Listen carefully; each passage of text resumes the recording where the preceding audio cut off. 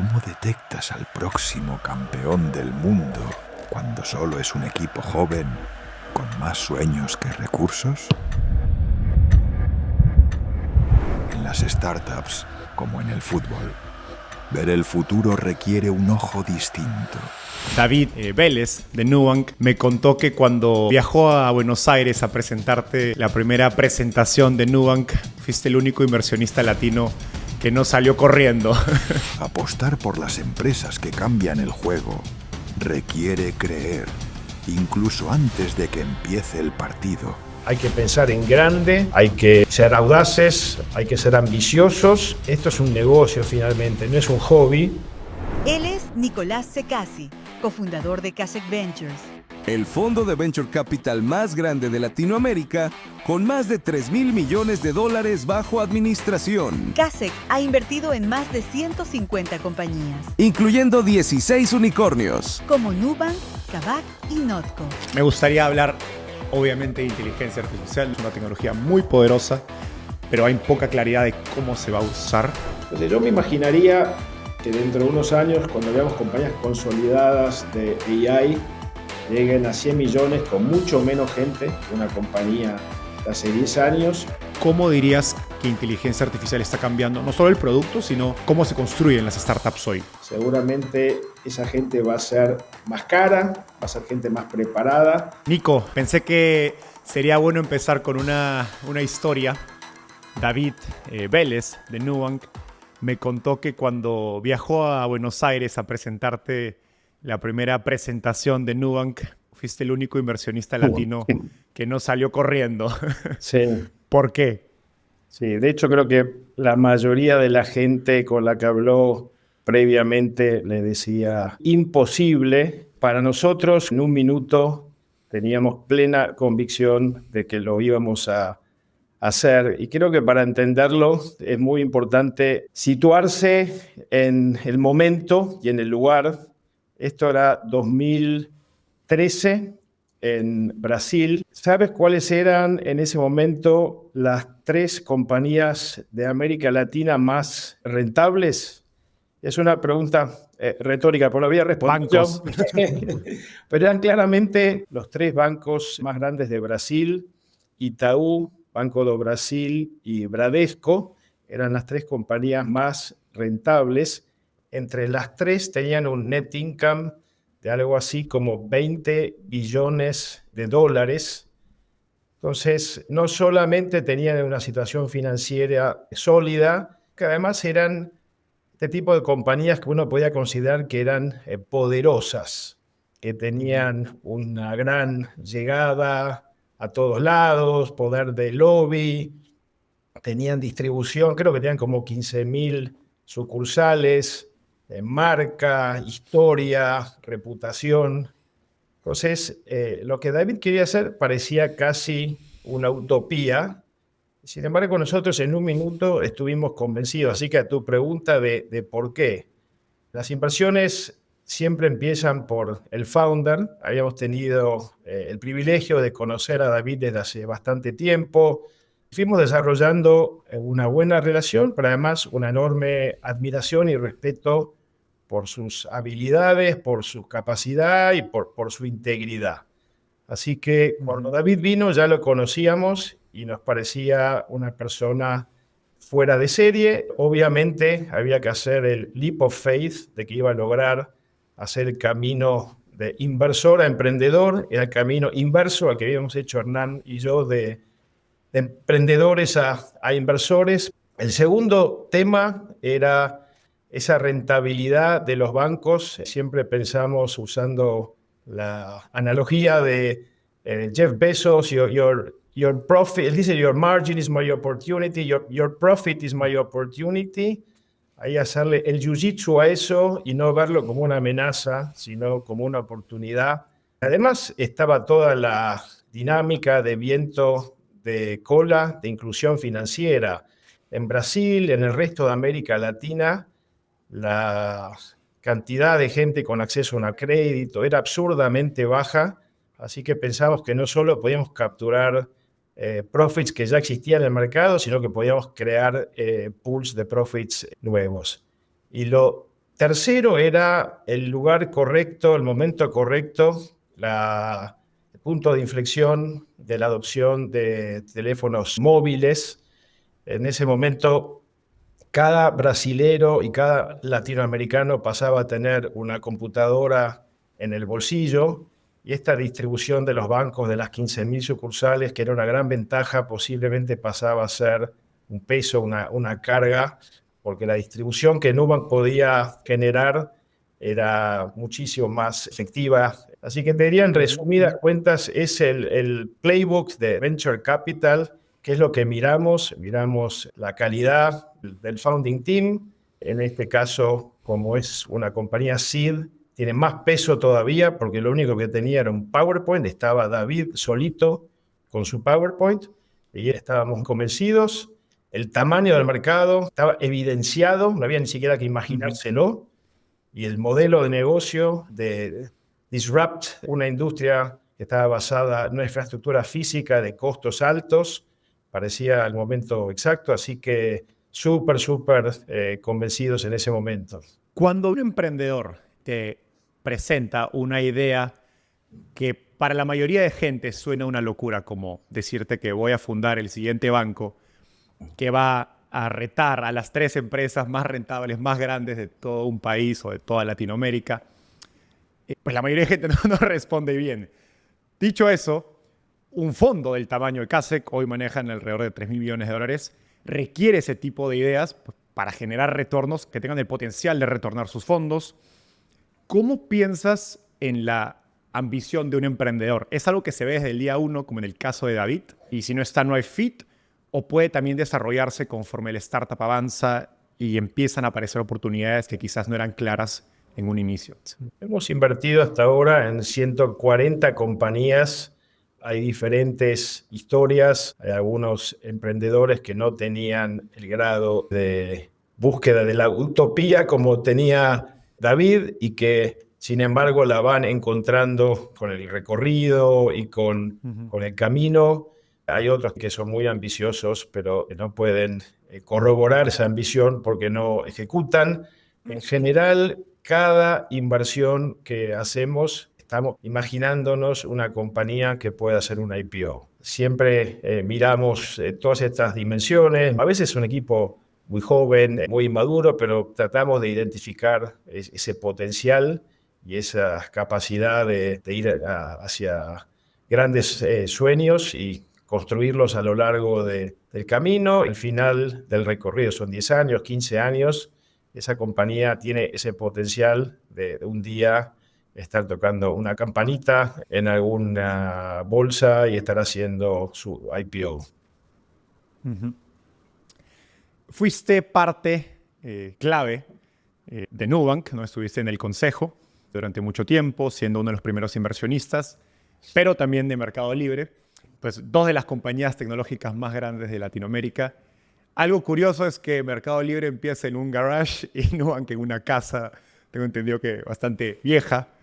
¿Es coincidencia o es un patrón? ¿Crees que estas grandes empresas empiezan desde la escasez como una ventaja? Lo que una compañía requiere para ser excepcional es tener una visión clara y poder construir y ejecutar de manera consistente durante muchos años para alcanzar esa visión. Sin eso, por más que uno arranque en un garaje, en un subsuelo, no va a llegar a ningún lado. Pero por supuesto que estas historias fundacionales de las compañías marcan a las culturas y de alguna forma en la austeridad se entrenan músculos de la resiliencia, el recorrido de todas las compañías. Mencionaste Mercado Libre y Nubank, que uno mira hoy y parece una curva recta hacia arriba y hacia la derecha. Son todas montañas rusas, hay múltiples dificultades en el camino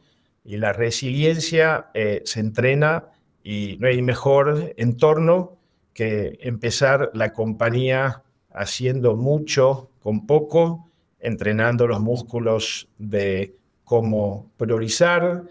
Cuando uno tiene abundancia termina haciendo una cantidad de cosas que no tienen el menor sentido, atraen mucha gente, realmente se pueden pagar mejores sueldos, entonces atrae mucha gente que no es necesariamente misionaria, sino que viene porque parece una historia cool, y apenas los vientos cambian y el contexto se pone más difícil, habitualmente las compañías que han entrenado músculos se han preparado para todo tipo de situación, son las que prosperan en el largo plazo. Así que diría que es sumamente formativo empezar con poco, y hay múltiples anécdotas. Por en el caso de Nubank en particular, era muy pequeño el espacio, y había reuniones que se hacían en el baño, porque era el único lugar donde se podía alguien reunir y cerrar una puerta, ¿no? Si tenía que tener una conversación más tranquila. Entonces, hay mucha gente, también hay selección positiva, selección negativa. Hay cierta gente que le encanta la sensación de trinchera, se genera una hermandad en esos momentos de dificultad que, en el caso del Mercado Libre, hay gente que estaba en esa trinchera que 25 años después sigue estando en la compañía. Y nosotros que nos fuimos hace unos cuantos años, tenemos amistades personales profundas que se construyeron en esas etapas. Estoy seguro que compañías donde hay excesos y donde sobra, es posible que no se genere una cultura de este tipo tan virtuosa. Nico, me gustaría hablar, obviamente, de inteligencia artificial. No podríamos dejar pasar ese gran tema hoy. En Mercado Libre vives la revolución del Internet, cuando sale esta nueva tecnología y, pues, la verdad, muy pocos, por no decir nadie, sabía exactamente cómo íbamos a usar esa tecnología. Hoy estamos viendo, creo que algo parecido ocurrir con inteligencia artificial, una tecnología muy poderosa, pero hay poca claridad de cómo se va a usar. En tu experiencia, ¿son momentos parecidos? ¿Qué cosas que viviste en esa época se están repitiendo hoy? ¿Y cómo detectas oportunidades cuando nadie entiende bien una tecnología tan poderosa? Son momentos muy parecidos. Cuando se crea una plataforma nueva, se generan unas oportunidades y se abren unas puertas, portones para construir compañías y desarrollar valor que en tiempos normales no están disponibles. Los mercados en general entienden esto. Entre el año 95 y el año 2000 se invirtieron cientos de billones de dólares en compañías de Internet, y hoy también se han invertido cientos de billones de dólares. Tal vez una diferencia es que en esta etapa no solo son los VCs los que están volcando su capital, sino muchos de los incumbentes que han visto como en la vuelta anterior los incumbentes quedaron, no sé si se dice disruptados o si es una palabra que estoy inventando aquí, pero todo el ecosistema de media, el ecosistema de comercio quedó vapuleado. Entonces, en esta etapa, los que son los incumbentes de tecnología también están participando activamente, invirtiendo y tratando de constituirse en la nueva plataforma. En marzo del 2000, así que exactamente hace 25 años, el Nasdaq hizo pico, llegó, creo que era 5.000 puntos, y de ahí tuvo una debacle y fue muy abrupta, pero siguió un par de años. Creo que el piso fue en 2022, había caído 80% el Nasdaq. Lo que esto implica es que el 90% plus de las compañías se murieron, desaparecieron. Fue un terremoto. Sin embargo, compañías que conocemos muy bien como Google o Amazon son de aquellos años y lograron hacer su recorrido, y hoy tienen un valor muy superior a todo el capital que se quemó en aquella época. Así que la industria generó muchísimo valor, pero en pocos nombres, y la mayoría de los nombres pasaron a valer cero. Entonces, cuando uno mira lo mismo en América Latina, en el caso de Mercado Libre, contamos, en su momento teníamos un slide que mostraba más de 100 competidores que hacían exactamente lo mismo que nosotros. Wow. Y unos años después solamente quedó el Mercado Libre, entonces sí desaparecieron y uno quedó. Yo creo que si uno hace la cuenta de cuánto capital recibieron todas esas 100 compañías, tal vez $200 millones en esa inversión, entre Mercado Libre, un par más y después varias chiquititas, y el Mercado Libre vale $100 billones. Así que se creó mucho valor, pero lo crearon... Si hubieras invertido en las 100, te iba bien igual. Si hacías un index, tenías el 1% de Mercado Libre, pero si invertías en cualquiera de las otras y te concentrabas, ibas a cero y todo el valor lo generó Mercado Libre. Entonces, es muy difícil hoy, cuando estamos en el inicio de esta etapa, va a haber unas compañías extraordinarias que se están fundando hoy, saber de esas 100 cuál es la 1 o la 2 o la 3 que van a prosperar y las 97 que no. Es muy difícil, estamos muy atentos con nuestro índice de paranoia que siempre tenemos al máximo como fondo de venture. La frase de cabecera es "You're as good as your next investment". Así que estamos muy compenetrados, activos, estudiando, aprendiendo y hablando con todo el mundo en el ecosistema para tratar de identificar cuál es el nu de Nubank, de esta generación de compañías que están haciendo ahora. Algo interesante que mencionaste cuando contabas la historia de David y de Nubank es cómo identificaron la aparición del teléfono como esta nueva plataforma para poder distribuir servicios financieros en reemplazo de la sucursal, ¿no? Y esto habla un poco de su capacidad de identificar tendencias. Si tuvieras hoy 25 años y quisieras empezar una startup en esta explosión de inteligencia artificial, ¿cómo te recomendarías identificar por dónde va a crearse el valor, por dónde hay oportunidad?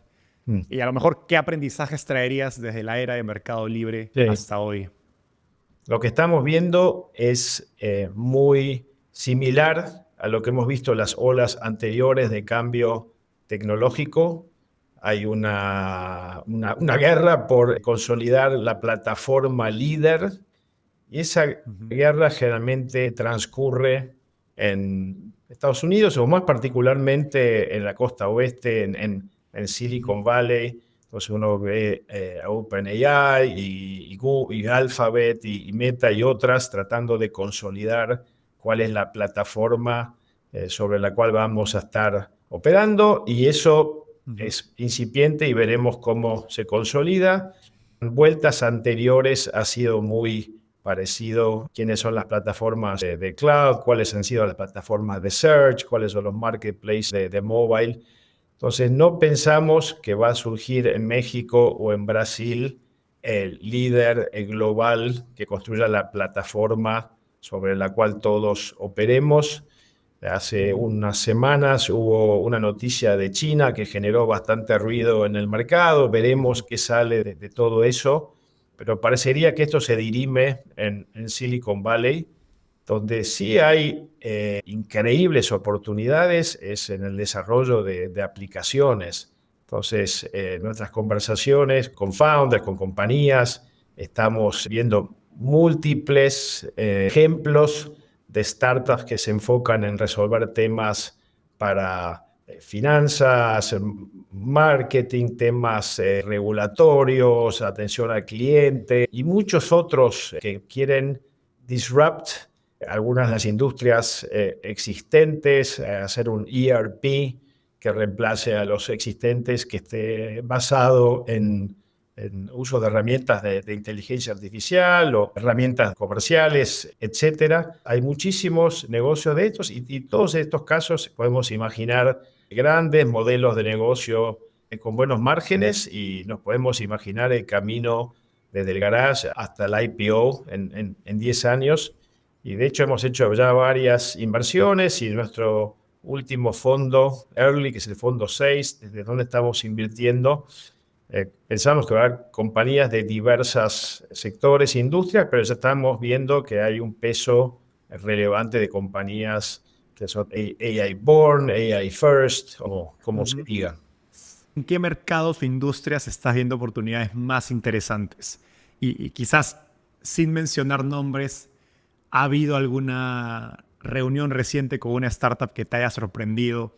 Algo que te ha hecho pensar, nunca imaginé que una empresa pueda hacer esto. Todas las industrias que uno se imagina intensivas en mano de obra, en gente, hay... Lo que no hemos hablado tampoco, y puedo hablar en un minuto, es qué están haciendo las compañías del portfolio, que en algunos casos están implementando algunas herramientas que están cambiando dramáticamente su forma de hacer negocio y están mejorando NPS con clientes y bajando costos operativos.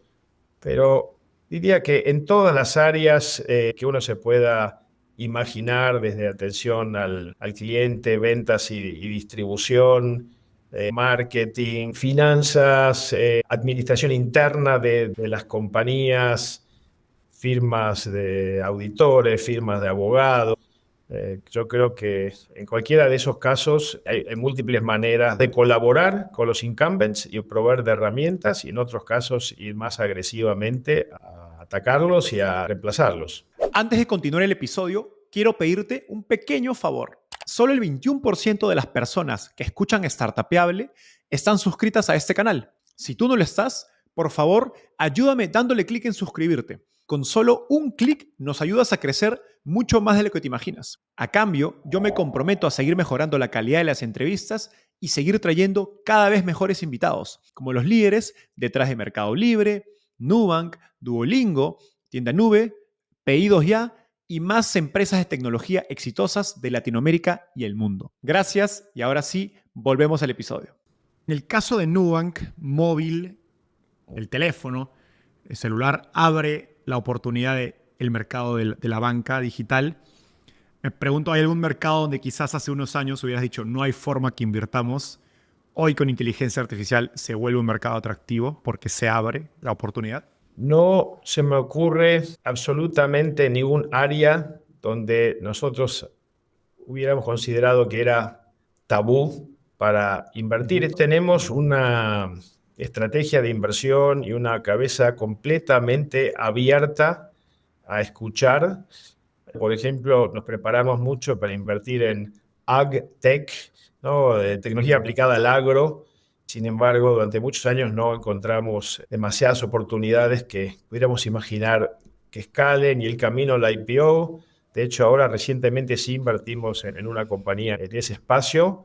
Y por el contrario, nos hemos encontrado con inversiones en compañías donde no necesariamente teníamos la cabeza tan preparada, como en Food Tech o en Climate Tech, y no eran sectores donde tuviéramos un expertise, pero nos encontramos con los founders y nos convencimos. Entonces, AI es exactamente lo mismo. Vamos pensando y mapeando las oportunidades más obvias. La belleza de nuestro modelo de negocio es que la innovación viene de los founders, de los emprendedores, y estamos muy abiertos a ser sorprendidos por algo para lo cual no estábamos preparados, y hacer nuestro trabajo y terminar de entusiasmarnos y hacer algo que nos parezca espectacular y que hasta hace 3 meses no sabíamos ni que existía. Ahora sí, hablemos del portafolio. Creo que una tendencia que se está acelerando con inteligencia artificial son empresas con equipos pequeños, hasta 10, 20, 30 personas, facturando, 50, 100 millones de dólares con muy poco tiempo en el mercado. Se me viene a la cabeza compañías como Cursor o Harvey. Me pregunto, si comparas tus inversiones actuales con las que hiciste antes del boom de AI, ¿cómo dirías que inteligencia artificial está cambiando no solo el producto, sino cómo se construyen las startups hoy? Cultura, velocidad, equipo. Tenemos varias compañías de la era pre-AI que eran un pequeño equipo en la trinchera, en un garage, y construyeron su ADN desde ese lugar. Ahora, con herramientas de AI, es casi inexcusable no ir por ese camino, porque hay una cantidad de acciones que uno puede hacer, que no requiere de contratar a 20 personas. En todo lo que sea coding, hay una cantidad de herramientas que permiten que uno pueda hacer mucho más con menos gente. Volviendo a historias más lejanas, cuando arrancamos en Mercado Libre y los primeros años, nuestra principal fuente de inversión de capital era comprar servidores. Cuanto más escalábamos, más servidores teníamos que comprar. Había un CAPEX para servidores. Y años después eso se fue al cloud y las compañías que empezaban un equipo podía variabilizar ese costo y no tenía que hacer una inversión fija. Entonces, de alguna forma, creo que es una metáfora para pensar que en la época de AI, la compañía va a requerir menos personas, sobre todo inicialmente para llegar de 0 a 1 y de 1 a 10. La reflexión que nos hacemos es si esto implica que al final de cuentas todas las compañías van a ser más rentables porque tienen menos costo. Y yo pensaría que no. Si uno mira hacia atrás la historia, si uno mira cómo funciona la economía y los mercados, así que en la medida que aparezcan algunas compañías que son pioneras y que encuentran un mercado y son muy rentables, estoy seguro que eso va a traer competencia y va a haber mayores inversiones en branding y en distribución y en producto. Tampoco tenemos del todo claro cuáles van a ser los costos de processing, los costos de energía de estas compañías. Entonces yo me imaginaría que dentro de unos años, cuando veamos compañías consolidadas de AI, lleguen a 100 millones con mucho menos gente que una compañía de hace 10 años, pero cuando uno mire ese P&L, seguramente esa gente va a ser más cara, va a ser gente más preparada, menos gente, pero por unidad, un valor más alto. Va a haber otras líneas en el P&L que hoy son poco relevantes y que van a tener más peso. Cuando uno mira la evolución de Google y ese tipo de empresas que tienen una presencia en el mercado impactante, ¿no? El peso que han logrado en relación a la competencia, pero son compañías que tienen márgenes de EBITDA de 30, 40%. Pues yo me imaginaría que las compañías de AI van a establecer una dinámica competitiva y no me imagino que las compañías de AI van a tener márgenes de EBITDA de 80% porque los mercados van a seguir funcionando y van a atraer competencia. Mencionaste la analogía de los servidores Mercado Libre como un costo. Hoy, pues AI, ¿no? Inteligencia artificial, reduce drásticamente el costo de crear software. Me pregunto si sigue teniendo sentido levantar millones de dólares en etapa temprana o cómo crees que cambia esto las reglas del juego de Venture Capital o la industria de Venture Capital. Nunca tuvo sentido. Hubo una pequeña ventana en 2021. Estoy hablando de América Latina, pero es muy parecido a lo que pasó en el resto del mundo, donde alguien estaba terminando su universidad en Estados Unidos y le contaba a un amigo que estaba pensando en ser emprendedor y a la semana tenía 3 term sheets y había competencia de inversores que no entendían bien qué es lo que requiere una compañía para arrancar y prosperar. Nunca tiene mucho sentido poner más capital y poner el carro delante del caballo. En esta etapa de AI, enfáticamente creemos que eso se va a verificar y se van a poder desarrollar compañías que inicien con un ADN más virtuoso.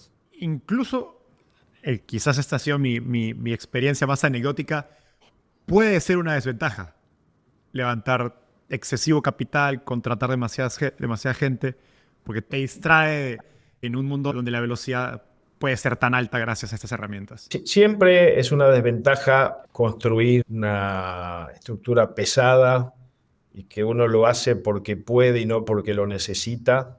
La escasez te fuerza a tomar decisiones difíciles, te fuerza a elegir entre las 10 iniciativas que el equipo quiere hacer, las 3 que hay que hacer en el año 2025 y las 7 que son muy lindas y que nos gustaría hacerlas, pero ¿sabes qué? No las vamos a poder hacer. Te obliga a priorizar, te obliga a pensar del equipo, quiénes están performing acorde a la expectativa y quiénes son promedio. Los que son promedio no tienen lugar en una compañía temprana donde hay que hacer tanto en tan poco tiempo. Todas las decisiones difíciles ocurren en un contexto de austeridad, de escasez. Nico, mencionaste en Kasek son paranoicos, ¿no? Como fondo y sobre todo en un momento como el actual de inteligencia artificial. Me gustaría saber, dado que son el fondo más grande de Latinoamérica, cómo cambia la manera en que Kasek invierte, si es que lo ha hecho, incluso hasta lo práctico. ¿Cómo ajusta un cambio de plataforma la dirección del barco? Lo dividiría entre portfolio, pipeline y management interno.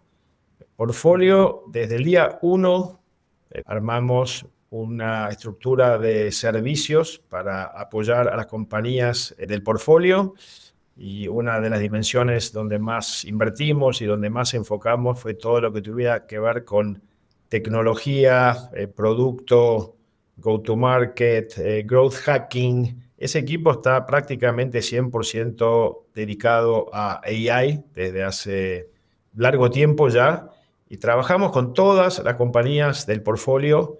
Algunas están más incipientes, otras están más avanzadas, pero para acompañarlas y para ayudarlas a acelerar sus iniciativas y sus proyectos.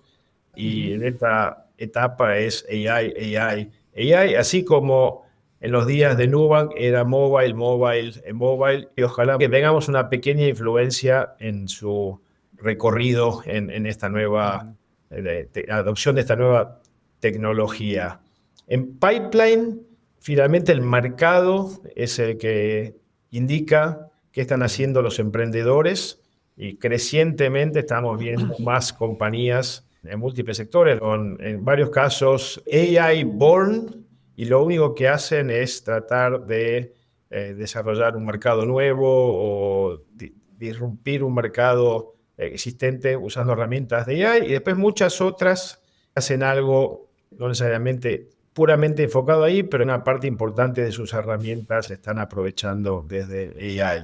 Y después internamente hemos trabajado para seguir mejorando nuestros procesos de CRM, de sistemas internos, de cómo vamos aprovechando data, información que existe en el mercado para asegurar que tenemos visibilidad de todo lo que está pasando, que podemos conectar con todos los founders que están haciendo cosas nuevas, mucho más información disponible, la podemos procesar y disponibilizarla para accionar más rápido. Así que diría que plenamente compenetrados en todos estos frentes. Hablando de sistemas internos, quiero hablar un poquito de lo que aprendiste de tu experiencia como CFO en Mercado Libre. Entiendo que cuando cae la burbuja tienes que reducir el equipo a la mitad, recortar gastos drásticamente.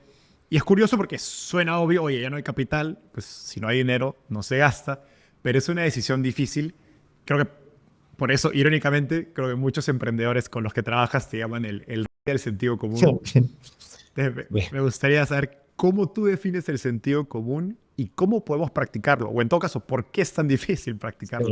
Esa expresión no la conocía. Y varios de tus emprendedores coincidieron, ojo. Y con respecto a aquella época, a veces en perspectiva histórica las cosas son más obvias. Cuando uno está inmerso en el medio del ruido, ver la señal no es tan obvio. Te diría que en ese caso era bastante clara. Estábamos en una etapa después de los primeros meses con mucho capital, 100 competidores. Entonces había una vorágine competitiva para consolidarse como líder. Lo que queríamos hacer, había una dinámica de redes, de network effects, se decía winner takes all. Entonces ganar era muy importante y estábamos todos muy concentrados en esa misión.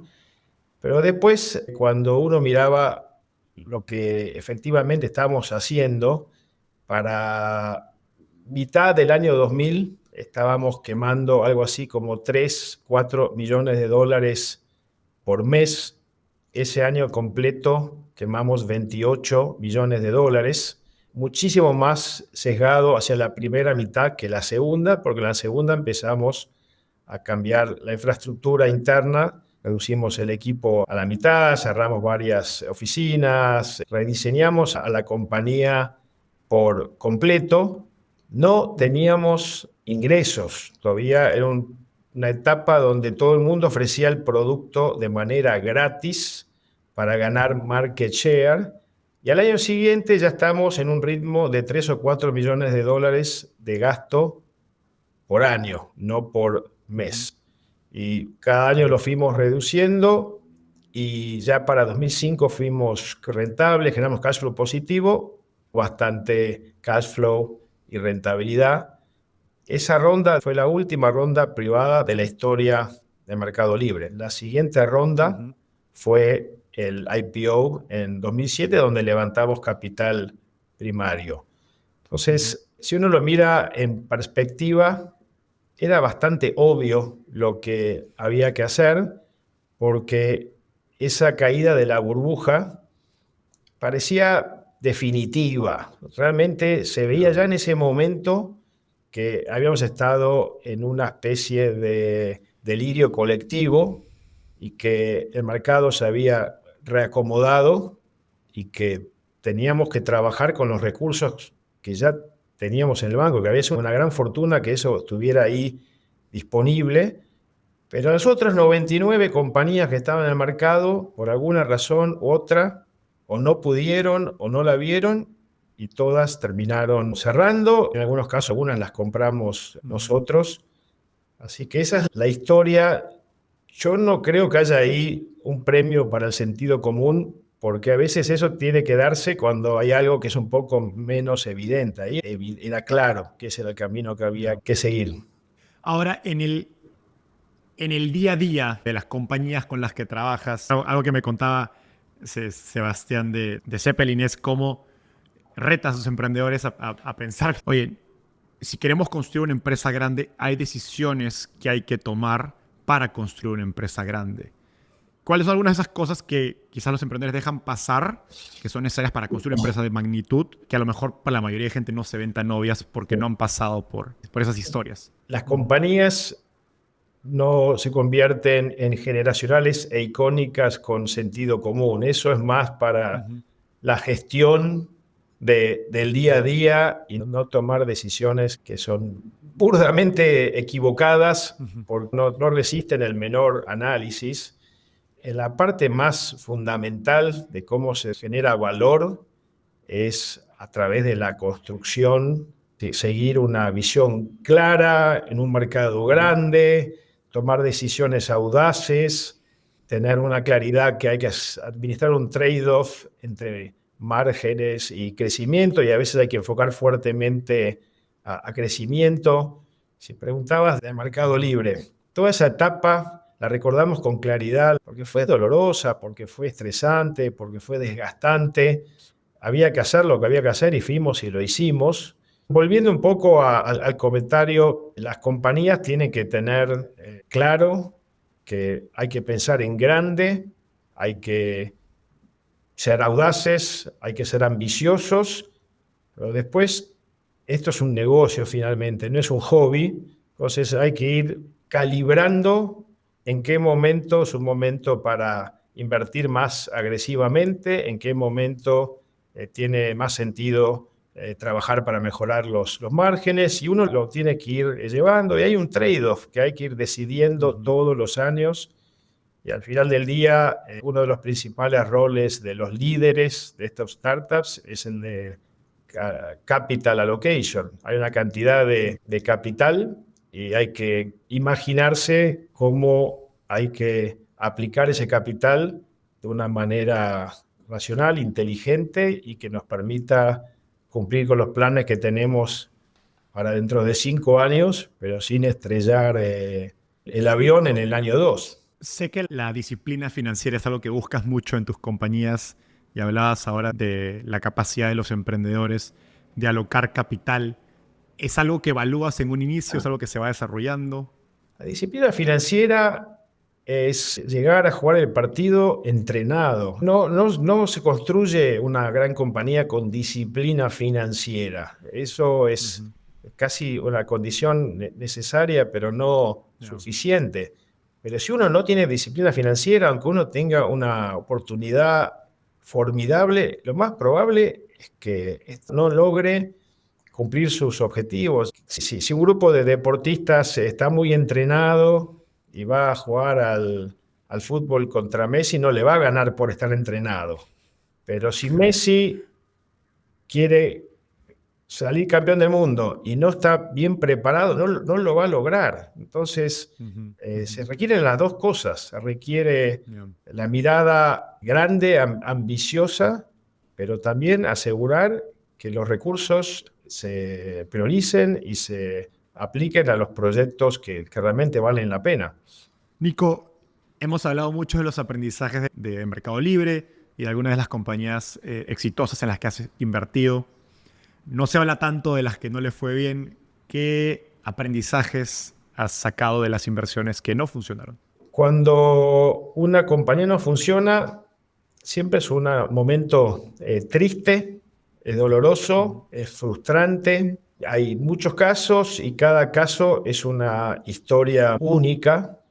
Han pasado diversas cosas para llegar hasta ese lugar, pero si quisiera simplificar, trataría de pensar en dos tipos de situaciones. Hay un tipo de compañía que no prospera, donde un equipo fundador tiene una ambición grande, tienen una cultura saludable, hacen bien las cosas, ejecutan y simplemente han llegado demasiado temprano a un mercado o el mercado terminó siendo mucho menos atractivo de lo que pensábamos o que pensaba el equipo inicialmente, porque era más competitivo o porque había más complejidades. Entonces esas compañías finalmente no cumplen sus objetivos. Hay otro subgrupo de casos de compañías que no llegan al puerto a donde quieren llegar y generalmente es porque el equipo original no estaba tan convencido, se subió en una etapa donde parecía que todo era más fácil, ser emprendedor era algo atractivo y ponían el carro delante del caballo, no había compromiso. Y en algunos casos más extremos, incluso los equipos tuvieron conflictos, culturas tóxicas. Entonces, estos son los menos casos. Yo diría que el primer caso que mencioné es como dirían en Silicon Valley, no es un fracaso, es un aprendizaje. Y nosotros felices de volver a apoyar a esos equipos que han dado todo. Les estamos agradecidos. Y el segundo caso, evidentemente no. Y tampoco posiblemente lo quieran volver a intentar. Varios emprendedores, los que estás en su consejo, me dijeron que eres muy calmado en medio del caos. Recordemos la última vez que recibiste malas noticias de una de tus compañías. ¿Cómo mantienes la cabeza fría en esos momentos? Es una buena pregunta. De alguna forma, yo reflexionaría que estoy wired de esa manera desde chico. Cuando había dificultades, cuando había algún problema, ni hablar de mi vida profesional, mi cerebro inmediatamente se enfoca en, bueno, esto ya sabemos que es así, encontremos la solución. Veamos cómo salimos de este pozo, cómo salimos de este conflicto, cómo salimos de esta dificultad. Así que de alguna manera me sale natural. Lo que sí diría que es un atributo que pensaría que es importante para un board member y que hay que entrenarlo. Cuando un equipo de un startup que está 24/7 obsesionado con lo que están haciendo, dejan la vida, tiene un nivel de estrés altísimo, hay un incendio. Lo que necesitan de su board es que sean los bomberos. Y muchas veces nos encontramos con situaciones donde alguno echa más leña al fuego. Ese no es el momento para hacer eso. Ese es el momento para encontrar la manera de juntar las fuerzas, las energías y identificar qué es lo que está pasando. Y a veces no hay una solución. A veces es cuando una compañía se encuentra con que le quedan 2 meses de cash y tiene un nivel de gastos y no tiene ingresos y ningún inversor quiso invertir. Entonces, encontrar la forma de salir con menor nivel de costo personal y financiero para todos posible, para hacerlo con calma. Es un atributo que para los boards, para los inversores, me parece que es positivo contribuir a los founders con este formato. Has estado en el consejo directivo de algunos de los gigantes, como Nubank, Tienda Nube, Bitso. Y como decías, el emprendedor está 24/7 en la cancha. Tú como inversionista no estás tan metido en el día a día. Entonces pienso que dar consejos no es tan fácil porque no estás en sus zapatos. ¿Cómo te preparas para darles el mejor consejo posible? No creería que damos consejos. Lo que pensaría es que desarrollamos relaciones de largo plazo, de confianza, en múltiples iteraciones, a veces con temas muy pequeños, a veces con temas más profundos, algunas veces con temas personales. Vamos construyendo este vínculo, esta relación a lo largo del tiempo. Lo que intentamos hacer es influir en esos equipos de una manera más gradual, que se va dando a cuentagotas a lo largo de los años. Entonces nos conocen muy bien los founders y saben siempre de dónde venimos. Tratamos de tener una comunicación muy directa, empática, pero directa. Cuando estamos profundamente en desacuerdo lo vamos a decir, pero también tenemos la humildad de entender que nuestro rol es el del asiento del acompañante. Las compañías las lideran los founders, la decisión final la toman ellos, pero nos gustaría pensar que en muchas de esas decisiones hay una contribución nuestra y que aportamos una mirada sobre algunos de los temas que los preocupan. Una aspiración que siempre nos comunicamos internamente y también la decimos explícitamente es que el día que una compañía tenga uno de estos crucible moments, a veces es para algo bueno, porque hay una oportunidad de comprar un competidor, de hacer una inversión grande. Y a veces es cuando algo es una crisis, algo que está realmente en una situación de mucho estrés, que los equipos, los founders siempre piensen en nosotros como el primer llamado. Trabajamos para que el día que eso ocurra, nos quieran hablar a nosotros antes que a cualquier otro participante, porque nos pasamos muchos años construyendo un vínculo de confianza. Confianza personal y confianza profesional, que vamos a poder dar un punto de vista que siempre viene desde el lugar correcto. Siempre estamos pensando en cómo maximizar el éxito de la compañía. A veces vemos que hay conversaciones donde algunos de los que están pensando en otras cosas. Nosotros lo único que queremos es que la compañía le vaya bien, entonces aportamos nuestra mirada y nuestra experiencia profesional. Nico, un crucible moment que te toca liderar en Mercado Libre es el de salir al IPO, como siendo el CFO en ese momento.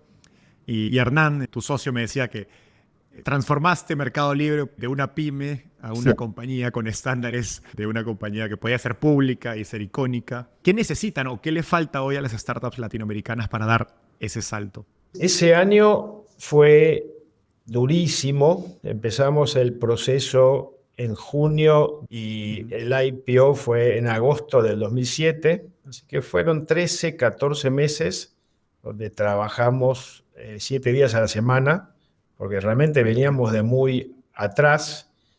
Iba a comprar Mercado Libre. Entonces, ese era el plan A. Cuando ese plan fue evidente que no iba a ocurrir, dijimos, vamos a hacer una compañía pública y vamos a hacer nuestro IPO. Tuvimos que hacer un proceso acelerado para llegar a los estándares requeridos. Así que fue un trabajo durísimo. Yo estoy siempre muy agradecido con todo el equipo de finanzas que se puso el proyecto al hombro y trabajamos de sol a sol. Finalmente eso es una condición necesaria para hacer una IPO. Una compañía que tiene los procesos como los de una corporación, con eso solo uno no va a los mercados públicos. Es esfuerzo, es trabajo, es sangre, sudor y lágrimas, pero es un proceso de alguna forma comoditizable. La parte más importante de cómo llegamos al IPO fue la construcción de una gran compañía. Cuando llegamos al IPO estábamos muy cómodos de que era una compañía que tenía una maquinita, un motor que estaba funcionando realmente bien y por supuesto te confrontás en el día a día con múltiples problemas, pero si uno salía un poco a la distancia y miraba a la compañía y decía, esta compañía es un relojito, está funcionando realmente bien y ahí fue cuando decidimos que era el momento para hacer el IPO y lo que fue una gran celebración fue que las conversaciones con eBay, el último precio que había estado flotando era $700 millones. Cuando finalmente eso no ocurrió, fuimos a hacer el IPO, dijimos, lo que sí tenemos que asegurar es que sea un precio más alto, cueste lo que cueste, para demostrarles que ha sido un gran error dejar caer esta oportunidad. El IPO salió a 800 millones y el primer día la acción subió un montón y terminamos trading arriba de $1 billion el primer día, así que fue una gran satisfacción. ¿Te imaginabas que iba a ser así de grande Mercado Libre? ¿A dónde está hoy? Uh-huh. No, nadie se lo imaginaba. Lo que hemos logrado aprender a través del IPO de Mercado Libre y de su performance como compañía pública, hizo 100x como compañía pública. Desde el 2007 hasta ahora, 18 años, de 1 billion a 100 billion hizo 100x. Yo creo que no teníamos una noción clara de los tamaños de los mercados, de lo que significa la ejecución excelente, de manera consistente, año tras año, tras año, tras año, además de ir resolviendo dilemas que se le fueron presentando y, en el caso del Mercado Libre, desarrollar la logística y cosas que no estaban originalmente en el plan, pero absolutamente era inimaginable. No terminábamos de comprender lo que es el compounding consistente durante décadas y sí creemos que ahora hay una luz para los emprendedores que empiezan, porque sí tienen estos ejemplos que cuando nosotros estábamos ahí no los teníamos. De hecho, estábamos hablando con eBay para potencialmente vender la compañía, porque no podíamos visualizar que íbamos a hacer una IPO en el Nasdaq, que los inversores de compañías públicas en Estados Unidos se iban a interesar por una compañía en América Latina. Lo empezamos a explorar una vez que aquella historia se cayó, pero no lo teníamos en nuestro radar. Y hoy cualquier emprendedor no solo ve a Mercado Libre y a Nubank, pero hay muchas otras compañías que han salido al mercado, públicas, que tienen valuations de $3 billion, 5, 10. Entonces, todo el mundo sabe que si hace las cosas bien y está el mercado correcto, eso es posible. La historia de Mercado Libre sin duda empuja los límites de lo imaginable para los emprendedores latinoamericanos. Nico, llegamos al final, tengo un par de preguntas rápidas. ¿Estás listo? Dale. Si Mercado Libre o Kasek no se hubieran cruzado en tu camino, ¿qué estarías haciendo? Estoy todos los días de mi vida agradecido a que Mercado Libre se cruzó por mi camino y diría que sin Mercado Libre no existiría Kasek. Si toda esa rama no se hubiese desarrollado, se me ocurren múltiples cosas que podría haber hecho, pero pensando en qué áreas de negocio me apasionan y que son diferentes a lo que hemos hecho, observo con mucho interés cómo la gestión del deporte se ha ido profesionalizando. Hay múltiples fondos que han invertido en comprar equipos, en algunos casos en comprar ligas enteras o stakes en ligas. Creo que todo ese mundo es muy apasionante y me podría imaginar disfrutando mucho de una carrera en el mundo de management o de gestión deportiva. La siguiente es una pregunta de Santiago de Tienda Nube. ¿Qué similitudes ves entre el mundo deportivo y el mundo en el que vives de startups y venture capital? Muchísimas, lo he mencionado en términos de entrenar los músculos, de la preparación, de tener objetivos de largo plazo y ejecución de corto plazo. Así que vemos, creo que un emprendedor que está durante 20 años construyendo una compañía y un deportista que hace una carrera de 20 años, tienen la presión, el fracaso, que te saquen del ring de una trompada y la siguiente pelea volver a ir a pelearla. Creo que hay muchísimos paralelismos. Hace unos años, creo que fue durante la pandemia, en el contexto de una experiencia Endeavor, me tocó entrevistar a Manu Ginóbili, que yo creo que es el jugador de básquet más importante de la historia de Latinoamérica, una persona sensacional, brillante y humilde, y debe estar por ahí por YouTube, así que si a alguien le interesa buscarla, creo que esa es la mejor respuesta a la pregunta en esa entrevista. Me encanta. Finalmente, veo un mar de libros atrás. Me dijeron que eres un gran lector y creo que los mejores libros suelen cambiar algo en tu comportamiento o en tu día a día. ¿Cuál ha sido uno o alguno de los últimos libros que cambió algo de lo que haces en tu vida? Sí, acá atrás tengo muchos libros. En general, los libros de business, así los que tienen como teoría, suelen interesar poco. Hay algunos que me han gustado, hay muchos que me han parecido más aburridos, más cliché. Me encantan las historias de compañías, me encantan las biografías de business, pero leo sobre múltiples temas de historia, economía, ciencia. Entonces voy a mencionar un libro que se ha puesto muy de moda el último par de años, que es Outlive, de Peter Attia. Muchos emprendedores lo han leído. Yo creo que siempre intenté cuidarme, pero esto me hizo llevarlo al siguiente nivel en términos de tener más conciencia sobre el sueño, la alimentación, la actividad física. Así que de alguna forma creo que me impactó en lo personal, pero además cuando lo reflexioné sobre el libro, me pareció que es una gran metáfora también para las empresas, que son organismos vivientes de alguna forma, y todos esos principios de tener una cultura saludable, tener finanzas saludables, tener un objetivo de más largo plazo y trabajar para cumplirlo. Creo que mucho de lo que este libro refiere respecto al ser humano aplica también a estos organismos sociales que son las empresas.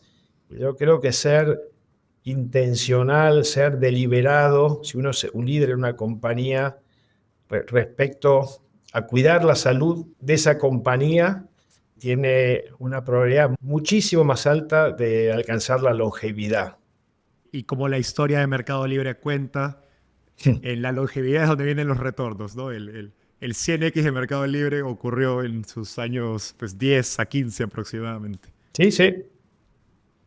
Nico, ha sido una entrevista increíble. Gracias por esta más de una hora de sabiduría y toda tu experiencia armando compañías e invirtiendo compañías en Latinoamérica. Como te dije hace un ratito, creo que la historia de Mercado Libre, lo que han hecho también en Kasek, expande el horizonte de lo que es imaginable para los emprendedores más jóvenes, inversionistas más jóvenes, donde me incluyo, que vemos que hay cosas grandes por construir. No, eso. Mil gracias. Disfruté mucho la conversación y es excelente tu podcast. Muy agradecido. Nos vemos. Nos vemos. Adiós.